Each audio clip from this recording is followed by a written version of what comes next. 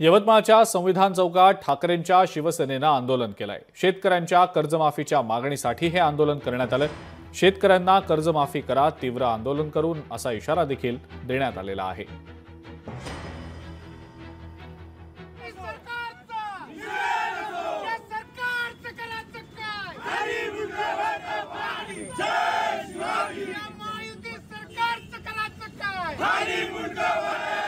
विधानसभेच्या निवडणुकांनंतर आमचं सरकार जर बसलं तर शेतकऱ्याची संपूर्ण कर्जमाफी देऊ असं आपल्याला सांगितलं होतं। सोबतच लाडक्या बहिणीला 2100 रुपये देऊन सांगितलं होतं, परंतु अजूनपर्यंत या सरकारनं शेतकऱ्याची कर्जमाफी केलेली नाहीये आणि त्याचा निषेध म्हणून आम्ही सगळेजण आज शिवसेना उद्धव बाळासाहेब ठाकरे या पक्षाचे सगळे पदाधिकारी या सरकारचा जाहीर निषेध करण्यासाठी आम्ही इथं थांबलेलो आहोत। आमचे मुख्यमंत्री असताना आदरणीय उद्धवजी ठाकरे साहेबांनी एका शब्दात या महाराष्ट्र राज्याच्या सर्व शेतकऱ्याची माफी केली होती आणि त्याच धर्तीवर आज या महायुती सरकारने शेतकऱ्याची कर्जमाफी करावं। जर ती केली नाही तर आगामी काळात शिवसेना उद्धव बाळासाहेब ठाकरे याच्यापेक्षा उग्र आंदोलन संपूर्ण महाराष्ट्रात केल्याशिवाय राहणार नाही।